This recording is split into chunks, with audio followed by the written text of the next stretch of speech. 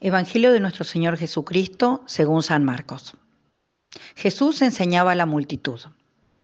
Cuídense de los escribas, a quienes les gusta pasearse con largas vestiduras, ser saludado en las plazas y ocupar los primeros asientos en las sinagogas y los banquetes, que devoran los bienes de las viudas y fingen hacer largas oraciones. Estos serán juzgados con más severidad. Jesús se sentó frente a la sala del tesoro del templo y miraba cómo la gente depositaba su limosna. Muchos ricos daban en abundancia. Llegó una viuda de condición humilde y colocó 2 pequeñas monedas de cobre.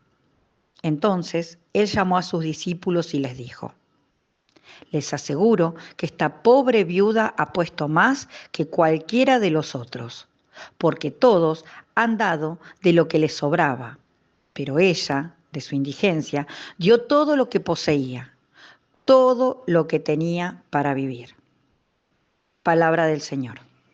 Buen domingo para todos ahí en casa.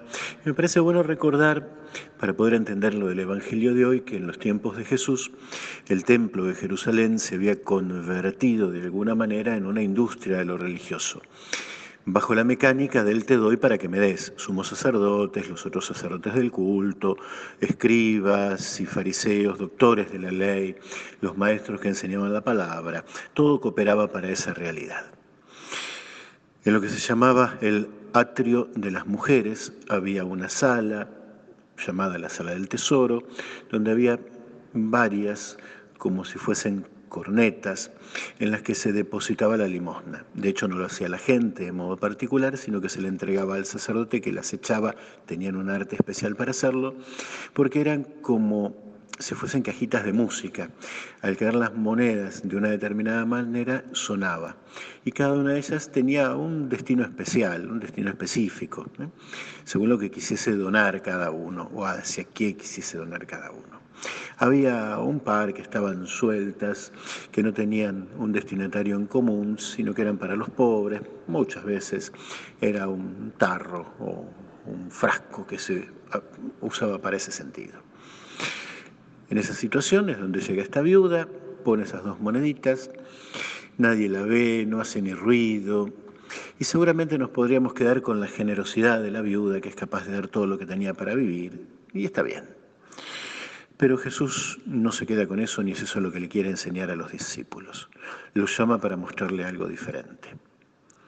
La mirada de Dios fue capaz de descubrir qué ponía cada uno, lo que le sobraba. La mirada de Jesús, que es la mirada de Dios, fue capaz de descubrir qué puso esta viuda, todo lo que tenía para vivir. Y no es que la viuda no supiese qué era lo que estaba ocurriendo en el templo, ni la estructura armada muchas veces para esquilmar la ignorancia religiosa de la gente. No es que la viuda no tuviese idea de lo que estaba viviendo toda aquella situación del te doy para que me des. Pero es una viuda con fe, es una mujer absolutamente creyente, a la que no se le nubla la vista por el personal de tierra. Es una mujer creyente a quien la realidad de la mecánica industrial que habían preparado y que mostraban todo el tiempo no le había quitado la fe en el amor de Dios. Es una mujer creyente que es capaz de sostener su fe aún más allá de cualquier otro mecanismo, formalidad en lo religioso.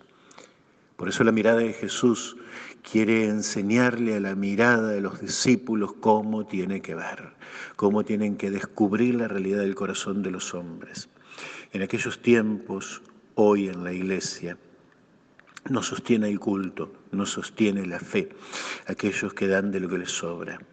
No sostiene la fe ningún artilugio pastoral, ni la mejor predicación. Sostiene la fe de tantos otros que, como la viuda del Evangelio, a sabiendas de las sombras sigue creyendo en el Dios de la luz.